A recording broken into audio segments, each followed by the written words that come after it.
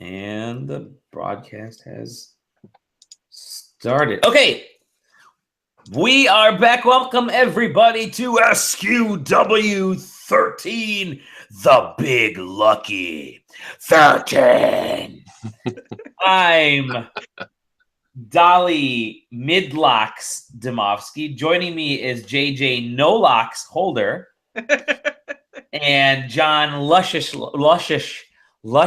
Locks Kehoe. Wow. Yeah. Luscious indeed. Yes, AKA salt and pepper. John, I'm getting that too. I've got a little bit on the side right here. I noticed I just hit the big 3-8. So it seems like the day of my birthday, we were on a cruise. The day of my birthday, I looked in the mirror and I'm like, oh my God, there's gray hairs all over the sides of my head now. So salt and pepper's attractive, I hope. Yeah. Gray never really ran in my family. So it's Lucky you. I'll get like a streak or something, but that'd be kind of cool though. Just have like a skunk streak on the side. Exactly. Well, welcome everyone. Pardon me, I'm under the weather, so I'm going to leave the majority of the conversation to these two beautiful young men that joined me this week. As usual. I've already. Yeah, exactly. We do have a bunch of stuff to talk about. We have our next couple shows planned out. We're excited, but that's all in the future. This week have some interesting topics, and I want to just kind of dive right into some of the bigger news this week, and we might make a little bit of a shorter episode, but that's okay. I'm going to start. We talked about maybe getting into some TLC, some of the results from there, some of the stuff from 205 Live, and then there's some other breaking news. So let's go through a couple of the quick pieces of news first. Then we'll dive into TLC and 205 Live. How does that sound? Sounds good. All right. Before we start, is there a link I can share of the show on my? Yeah, that's a great point. Let me give you the link. It shows you how out of it I've been. I can't even remember. Yeah, I'll post the link here to you. Yeah, go ahead and let everybody know. It should be in our Twitters. Anyways, we have some. Oh, I'm dying, guys. I'm dying. If I'm coughing a lot during this podcast, bear with me. I just got over something, so I feel your pain. So. I think like I mentioned, you guys. I think I have Zika somehow. Our new president-elect is Donald Trump, and we mentioned in a past podcast how he is the very first WWE Hall of Famer to hold the upcoming presidential office, but he's not going to be the only WWE-related individual running this country, because we have now it has been revealed that Linda McMahon, that is the spouse of WWE's CEO owner Vince McMahon, will be handling she'll be the SBA, the head of the SBA, or the Small Business Association. So for those who don't know, Linda McMahon does have some political experience. She ran for office a couple times, I believe. Yeah. Failed a couple times. I don't know if not being elected counts as experience. She has experience in elections. Let's just say that. Good thing she was appointed. Good thing she was appointed. I wouldn't so much say in politics, but being political, I would say. Yes, Sarah, she was being political. Well, she understands the system. Let's just say she's businessman. Because when it came across, it's like I actually never knew what Linda McMahon's role within the company was. Like I knew she worked for the company, and I knew she did stuff in the company, and so I actually had to end up looking up exactly what she does. And she was like CEO. She was like she handled the merchandising and getting venues going and stuff, and during some critical time periods as well. So I mean, this is all throughout the early and mid parts of 2000s when she was stepping in there. So she was waist deep in all of the like the steroid trial, federal indictment stuff. So she has, she's used to at least dealing with some of the red tape of politics, at least. So yeah, I'm actually very interested to see how she does, because I think she's a really smart individual, and she's, for the most part, she's handled WWE well when she's been kind of at the head of it, and so I curious how she handles small businesses. Yes, exactly. Because even when they took over the WWF from Vince Senior, it wasn't exactly a small business. Like it was.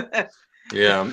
Hopefully hopefully the approach is not for small businesses to sell out their top gear and talent to a bigger conglomerate.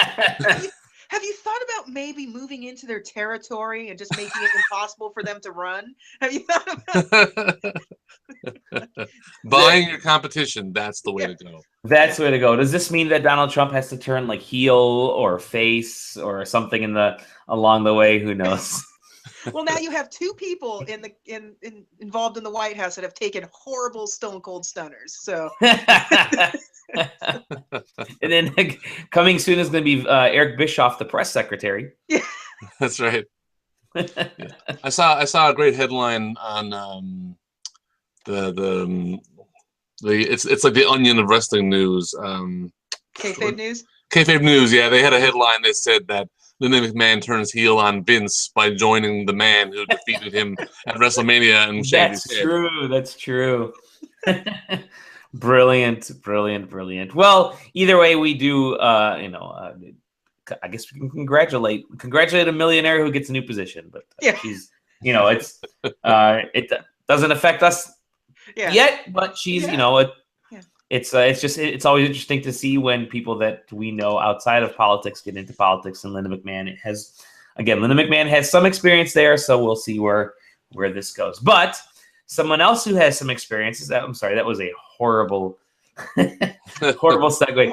I'm curious where you're going with this. Yeah, keep it going. Someone else who has experience leading people into entertainment is John Cena, and he is going to be hosting Saturday Night Live this weekend.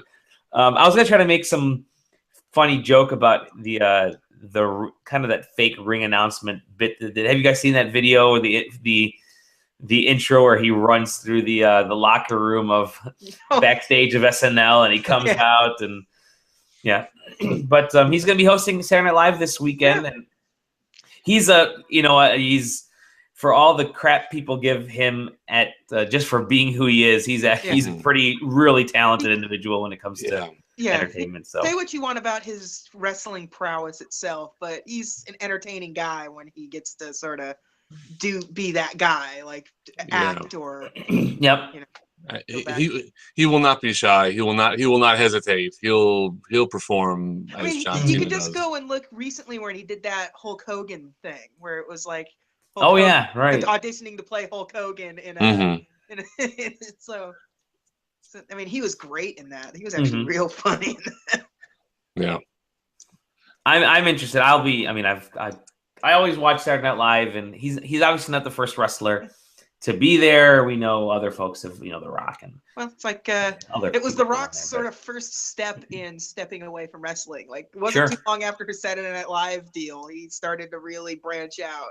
Mm-hmm. So a trailer. By the way, I do have to say, if you haven't seen Moana, the latest Disney Pixar film, we went and saw it on release day, right at Thanksgiving, and of course, Dwayne "The Rock" Johnson does the voice of Maui in the film. He's fantastic. The movie's fantastic. It's not necessarily wrestling related. There is some sumo. The Rock. I mean, that's The Rock. He sings very well. That's the best photo I've seen come out of that is that his character from that movie. They put him in his blue shirt with the fanny pack and the little tiny mustache. They put that guy in it. That's a hilarious picture. Oh my god! Totally. Well, that's kind of the little news bits. I do want to get into. We mentioned getting into TLC and some other results. I guess we can also say that a little bit of TNA news came out. Is that true lawsuit with Billy Corgan? So yes, finally. That whole thing. I didn't get a chance to read the whole article, but it's everything gets to sort of move on now. Everyone gets to move on finally. So that thing is finally done for the week. We'll find out, but Billy Corgan's, pretty much out of it now. So he's officially, maybe he'll join Ring of Honor. You never know. Find his way into another wrestling league somehow, just somewhere. He may have built up enough of a name for himself within the wrestling community where I wouldn't be surprised if he shows up on a WWE telecast as just a Started random earning some good happenstance. faith among people in his TNA time because he seemed like he knew what he was doing in that. So Definitely. If he's really, I mean, he's clearly passionate about it because it's his second attempt at being a major wrestling owner. So yes. By the way, speaking of people who are passionate, our weekly thank you to the passionate fans of our show. We are now up to 5 thumbs down in our last episode podcast. So we're getting more and more dislikes in our podcast now. It's great. Thank you guys. We have turned heel. So, or are we the Roman Reigns of wrestling podcasts? The vocal minority are really speaking out against us these days. Exactly. Okay, on to TLC. Yes. I'm staring at the results right now. There was I'm going to kind of run down through it. You had the kickoff was a 10-man tag match. Then you actually had the real tag team championship match for the SmackDown with Wyatt's and Slater and Rhino. You had the no disqualification match between Bella and Carmella, and you had Miz versus Ziggler in the Intercontinental Championship ladder match. You had a chairs match with Corbin and Kalisto, a women's championship tables match with Lynch and Bliss, and then finally the WWE World Championship TLC match where you had Dean Ambrose and AJ Styles. So a lot came out of this. So now we didn't make any predictions, or I didn't make any predictions. That was floating in the ocean. But I've only watched a few highlights from this. I haven't had a ton of time to get into it, but I'm curious to get your... I remember watching it, but I also remember nothing from it other than results. Yeah, maybe that's why. Yeah. Well, I mean, for our part, I think, I was watching the show, but we were doing a lot of chit-chat during it. We didn't really feel like our attention was drawn to it overtly, except for the main event. The main event was phenomenal. But I kind of paid attention a lot to the Baron Corbin Kalisto match, which I thought was better than I thought it was going to be. Yeah, Kalisto did a good job looking like he deserved to be there. Like he did. He really did. He put a good match against a really big guy. So. Yeah, he sure did. And I didn't think that the Nikki Bella and Carmella they did okay, but I mean, I as I said last time, I think that the Charlotte Sasha match, the Falls Count Anywhere match, kind of stole a lot of thunder off of that, because that thing, their match was just. It felt like division filler. Like we're trying to, we know Bella we can always kind of fall back on Bella, but we have to also start building up some other people. But it just sort of felt like it existed because you have a division that's not really doing much right now. Yeah, well, at least they're paying some attention to more than one feud, which I'll give them at least that much credit. And there's Raw does not No. Focus is Charlotte and Sasha. So even when they try to shove other people into the feud, it's and Nikki and Carmella at least had a semblance of a storyline, which has now segued into another storyline. Just with the accusing Natalya of the sneak attack at Survivor Series. So they're trying. The connect has some connections between the matches and the feud. I never would have thought Alexa Bliss would have just so soon get a championship. Right. But she's been the MVP on that division. I mean, she's been doing lots of great interviews. She's still green, but she's but I mean, as far as character wise, she's probably doing the best of them all right now. She sort of lucked out that she didn't get drafted over with Blake and Murphy or something, because that would have she would be nowhere now. And there's already a rematch kind of brewing between Becky and Alexa. Yeah, I would never understand tables matches are hard to get over in. Yeah, if you win the championship, that was Sheamus's first championship was in a table match, and it's because there's always going to be that it was a fluke kind of thing because everyone always just falls through the table. There's always a spot that's you were wrestling on the barricade or the ring apron, just fell and you lost. There's always a chance of a banana peel causing you to lose that championship.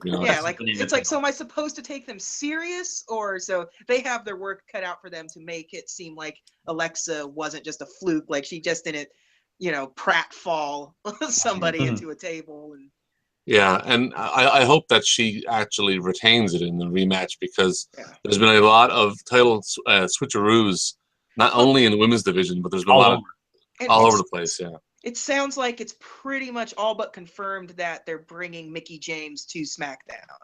Oh, really? Like he's signing a deal and they're bringing her to SmackDown. So she could really help that division a lot to be sort of put some of these. So not necessarily not have her come in and win the title, obviously, but she could be an opponent, real good opponent, like she was for Asuka.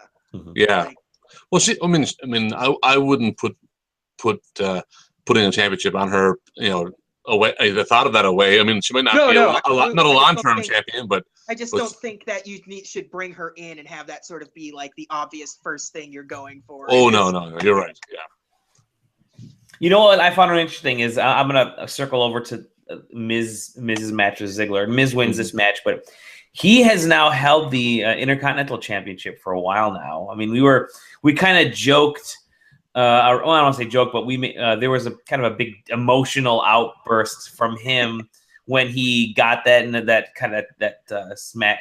Was it Talking Smack? Talking Smack. Sorry, thank you. And when he had that his kind of big moment, and he's really held on to the championship since then. Even though we've I think every single episode of every prediction in which he's wrestled, I've had him losing that championship. I mean, he hasn't lost it.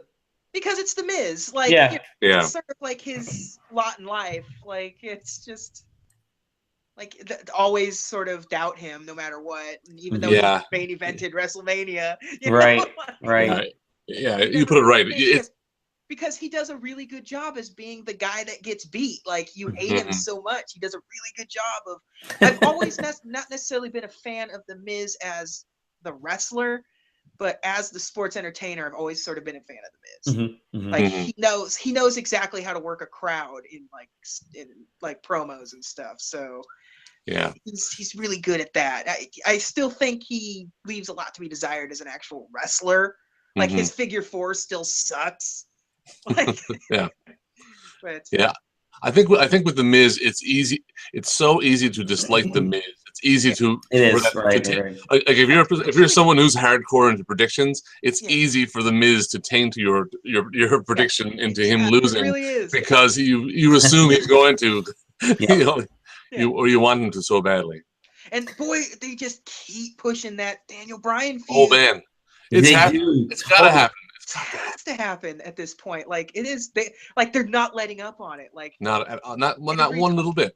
Yeah, every Talking Smack. Like even after he won the title back or retained his title in that ladder match, he dedicated the match to Daniel Bryan.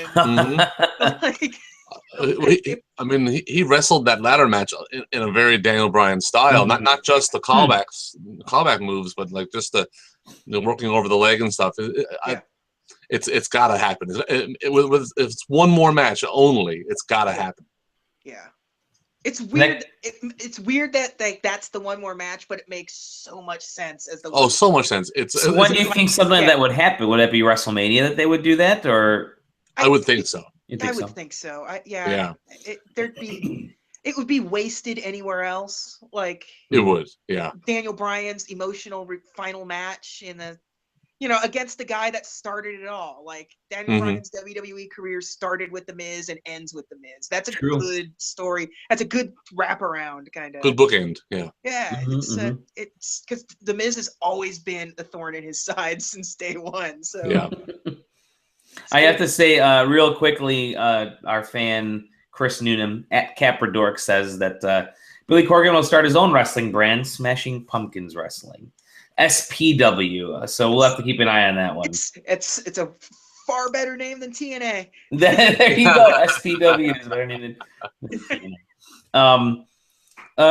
looking at the. Can we talk about just how crazy it is that Randy Orton is in? Yes, I was just gonna get to that. Yep. And how it's working, like.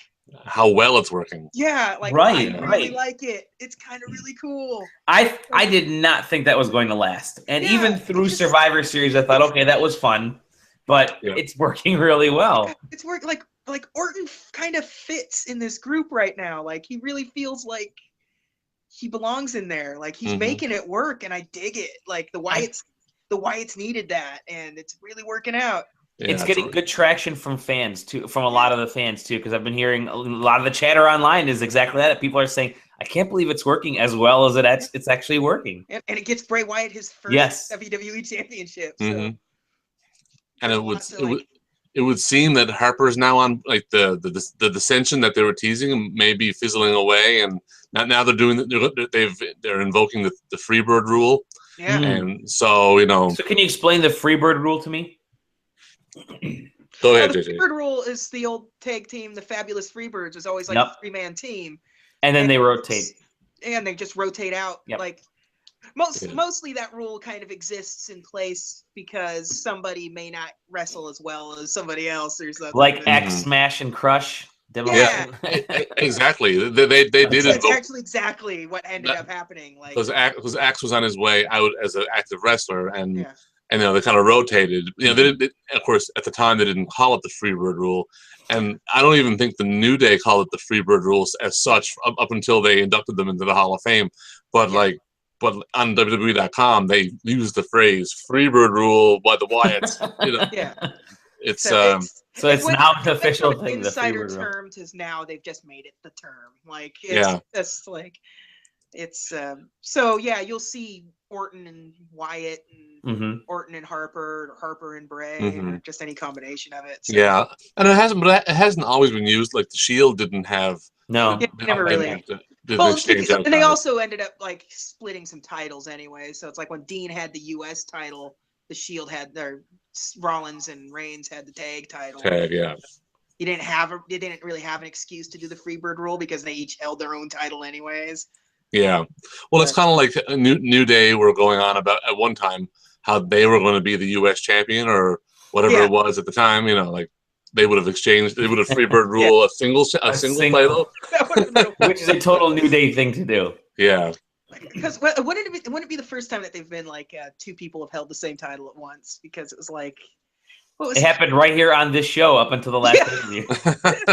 We shared a belt. Like what was it? China and who did she share the Intercontinental title? Jericho. Jericho. Oh, was it Jericho? Yeah. My mind flips between Jericho and Eddie Guerrero since they had programs with one another. They had ties, yeah. Yeah. So. But no, I'm super into this Wyatt thing. So and it makes the Wyatts interesting again. So I'm all. And some people don't like the Freebird rule idea with them, but I think it kind of works for that particular group. Yeah, and New Day being sort of fun and jovial, it makes a lot of sense for them to just sort of have fun with it. And the Wyatts just being like, you don't know who you're gonna get when you come out there. As long as it means that Luke Harper doesn't lose as often as he was, it'll work for me. It's very much a college football methodology of you don't know which quarterback is going to be starting for us. Yeah. Are you going to be fighting Orton or are you going to be fighting Luke Harper? Which one? Doesn't matter. Like, You'll always be fighting Bray, but which of the other two? So. And let's move on real quickly to that kind of the final of the big WWE World Championship match where you had Styles defeating Ambrose, and I enjoyed seeing this rivalry kind of brew up, especially some of the stuff that happened at Survivor Series and then now at TLC. And you guys are saying it was a really good match. There's this weird thing with that rivalry that I like a lot because it has like AJ Styles, who's like the world premier professional wrestler who's wrestled all over, and you got Dean Ambrose, whose career is like CZW and deathmatch stuff, and it's just sort of like weird, similar but disparate backgrounds, and like it's a good feud for the two. Yeah, and they're making it work. In most of their matches, they have pretty good chemistry because they don't like have a complementary style. But they're making it work. Like, but they don't have a complimentary style, but they have a complimentary pace. Like when Ambrose speeds things up, he's keeping up with AJ quite well, even though he's not doing the flippy doos and he's doing the flying push and all that. They work well together. There's that possibility, like if it was somebody else in that position, like if it was somebody not as good as AJ Styles, it would flop around a bit. But I think AJ Styles is so good that it works with Dean Ambrose more slowed down, fisticuffs style of wrestling. So. Dally, you gotta watch that match, if only for one move, and it's a springboard 450 splash from the top to the floor onto Ambrose through a table. Yeah. So and that's one of the things that I heard was that Styles really kind of he went for broke on a lot of these. Yeah. A lot of I mean, he pulled out everything, including his butt. But that's neither here nor there. By the way, did you guys see that somebody had already modeled it into WWE in 2K17? Oh, really? Brilliant. The hole. Yeah. The whole. Oh, man. That's great. Goodness. That was distracting. Because I think I was actually following Twitter when the show was taking place, and somebody was tweeting out. I don't know who it was, but somebody mentioned. I think Will Harrison or someone was tweeting. It's like that hole is getting bigger and bigger and bigger as the match is wearing on, which is pretty funny. And he himself referenced it afterwards. Yeah, which is great. That's self-referential is really good. I've been really enjoying watching Styles, watching him wrestle, because he's been kind of a put it all online kind of guy, which has been great to see. It's really great to see, because I kind of, when he was in New Japan, I went all in New Japan at around the AJ Styles height there with the Bullet Club and all that stuff. So to see him sort of ease back into what seemingly is that sort of more New Japan style, like they're letting him go unleashed a little more, because when he first came over, it was more TNA wrestling than it was New Japan, and now after the brand split and the World Championship win, it is much closer to a New Japan style AJ Styles, which is fantastic. Which is what the WWE needs. They need those more styles involved. Just pardon the almost pun there, but the putting AJ on top and letting him open up the bag of tricks it was a smart move, and all the comparisons on the various podcasts, people were comparing AJ Styles to Shawn Michaels and being the top in-ring performer. The last few months of matches he's had have been that level. Really, I mean, he's the must-see guy, and I mean that he's absolutely one of the main reasons to tune into SmackDown. You're going to get a good match out of AJ Styles, even if it's something like, the Ellsworth stuff that they were doing with him, but that's all character building, and you don't really take that stuff personally. Right. Yeah. Well, and he's a heel. He can do that stuff, and it'll just be like water off a duck's back. It's not. It'll never hurt him, really. Yeah. And at least with the Ellsworth stuff has been interesting. We talk about SmackDown having good storytelling, how they're managing to connect all that stuff through Ellsworth. Yeah. And he's actually doing quite well with it. It's nice that there's an actual continuity that they're playing into. Everything is connected to one. Like we were just talking about earlier with the women's division. It's still connected. This feud with Carmella's over, but they planted the seeds for the next feud at the end of that match. Yep. And Ellsworth, he's coming full circle on this whole thing. And then and on Raw, you've got the storylines are just pop. They're not. Yeah. I mean, Charlotte and Sasha may have some connections there, but from match to match. But the match that Kevin Owens had with Sami Zayn on Raw, they weren't supposed to have another match for a long ass time after that very definitive Sami win, and so they have a match, and what about all that stuff? I love that stuff. That was good stuff, But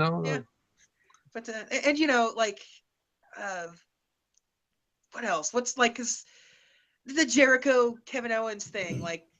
I love that relationship, but they've done the whole. They've done the whole teasing the breakup wrong at this point now. They did the teased breakup, and now it's but it wasn't. They didn't break up, and now they're doing it again. He actually did make Jericho mad now, and now Kevin Owens is the one trying to make good with it. It's just it's starting to wear out its welcome, and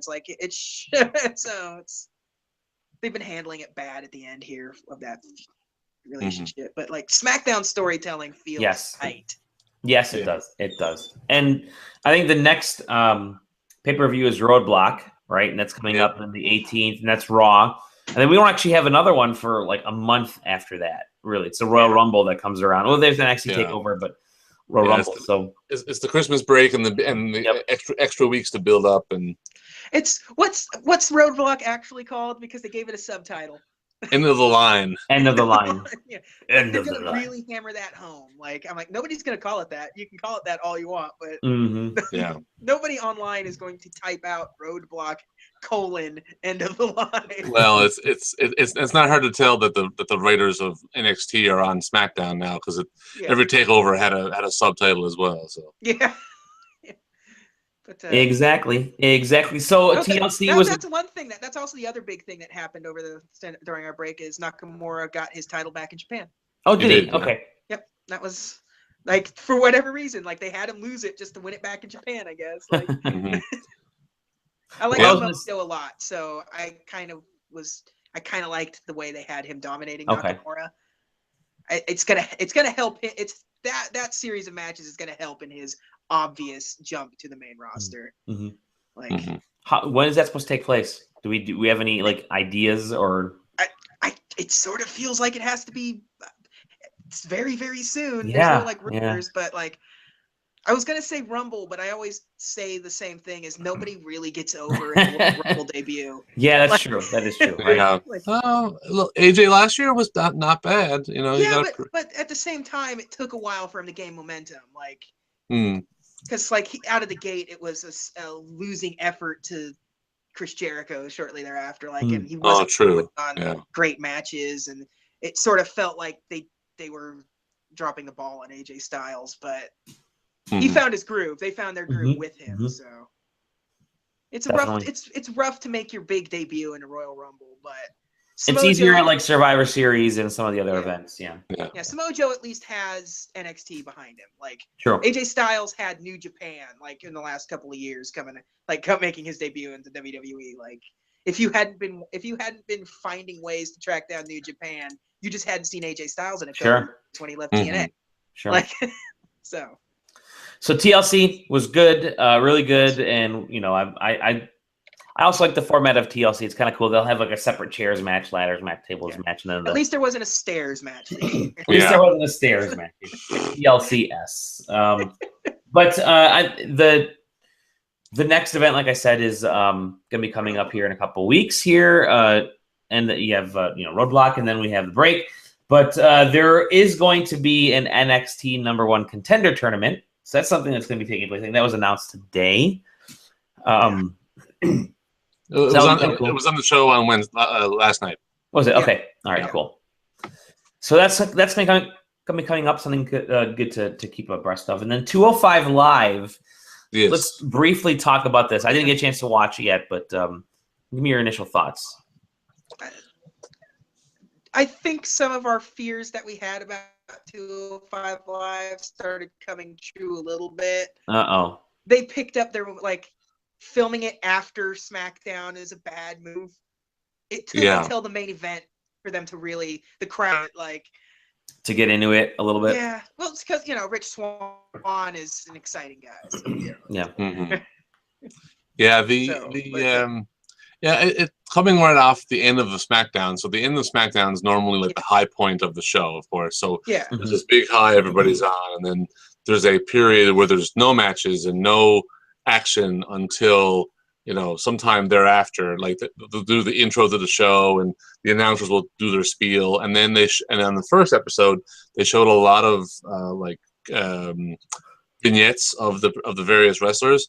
Yeah, some that they were things that they were doing on CWC, which worked well in that setting because it was taped maybe a little bit better because so the audience in the arena would have to sit and watch that and then have the match, which it works on some level because they get to know who they're actually watching, but then they have to wait that much longer, right? Sure. So it worked for some guys and sometimes it didn't work. And it's not like you go into the most exciting match out the gate, so you're always going to start with a much slower match as your curtain jerk kind of thing. Yeah. So so you went from the highs of a main event of SmackDown back down to like you're starting a new show all over again. Yep. So yeah, I'm not sure how I would have started the first episode with the Bollywood boys against what was it? Yeah. Was it? Yeah. I It wasn't that exciting anyway.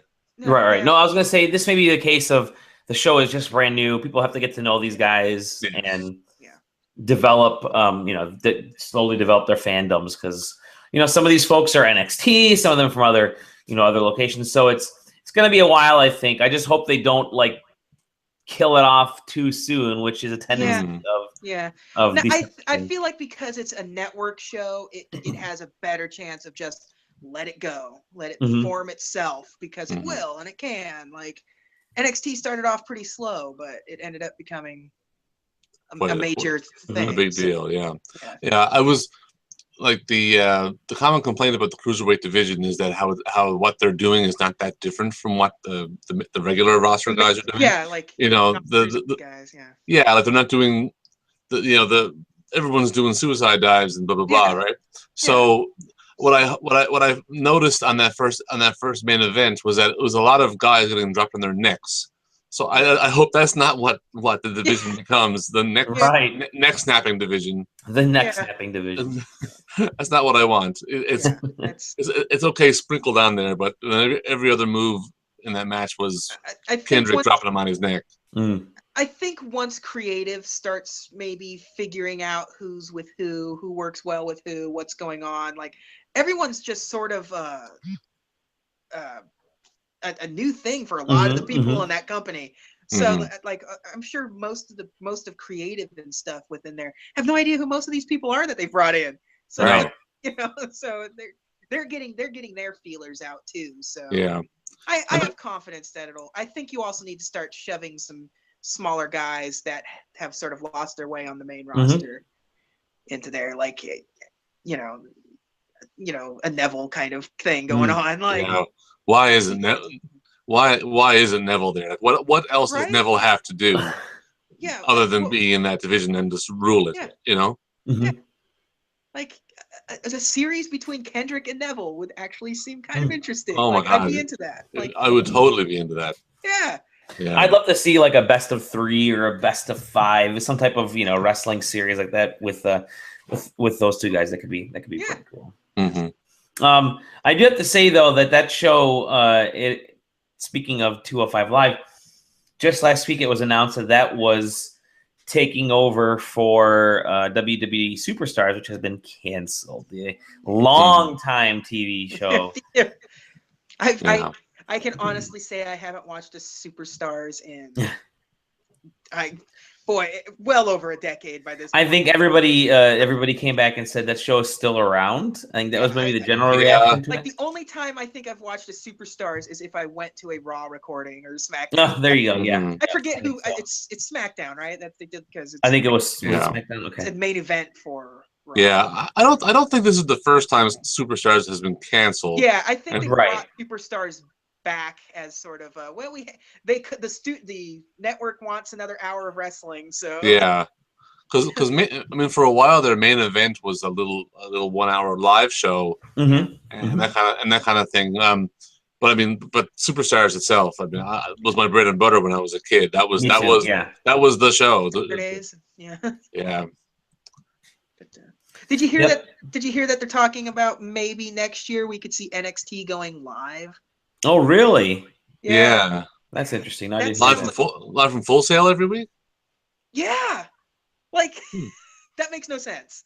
Like, a lot of those guys don't live there. They fly them down for, the weekend and film, your month's worth of taping and then send them out on the house show circuit. Pick and choose which ones you want to have. I think it's going to depend on how popular the WWE network keeps getting, because they're making a ton of cash, and if they're able to, it would certainly draw attention to it even more. But because I heard offset the costs there. I saw a story today that said that Vince McMahon gave the go ahead to start signing the indies to go to the network, but then after he got survey results, he said never mind. Because he realized looking at the guys, not going to gain viewers by doing that, so it's just what's the point of spending money if you're not going to gain anything from it? Sure. It's true. I'm already subscribed, so it's And they keep announcing cool collections and all that kind of stuff. So those keep. I can still see it happening at some point. Like they'll strike a working relationship with somebody somewhere that their content will be on the network. But it seems like that dream is dead right now. So. Yeah. Well, gentlemen, thank you very much for a wonderful evening. We did a decent sized show here. Covered a bunch of topics. Got a lot of good stuff, and we'll prep for next week, which will be a fun video game. Right now, tentatively, it's the video game related episode. So if you're a fan of wrestling video games, brush up on your history. Send us comments. Tweet at us, and we'll give you our Twitter handles momentarily here about some of your favorite wrestling games, wrestling game moments, even modern ones as well. You can find us on sidequesting.com, and the SQW YouTube channel, whichever one it is. Just do a search. We're still working things out. YouTube has been complicated. Yeah, 2016 has been bad for a lot of reasons. Maybe YouTube is the biggest reason for it. It's complicated. That's our relationship status for SQW. It's complicated. But you can find us at least online on SideQuesting on YouTube. You can find us individually. You can find me at Dolly Domofsky all over the place. Where can we find you, JJ? On Twitter at the_J, _double_J. And John, where can we find you? At John Kehoe, JONKEHOE. Oh yeah, nice. Yeah, very good, Kehoe. Yeah. You know, it's funny every time you listen to like Macho Man.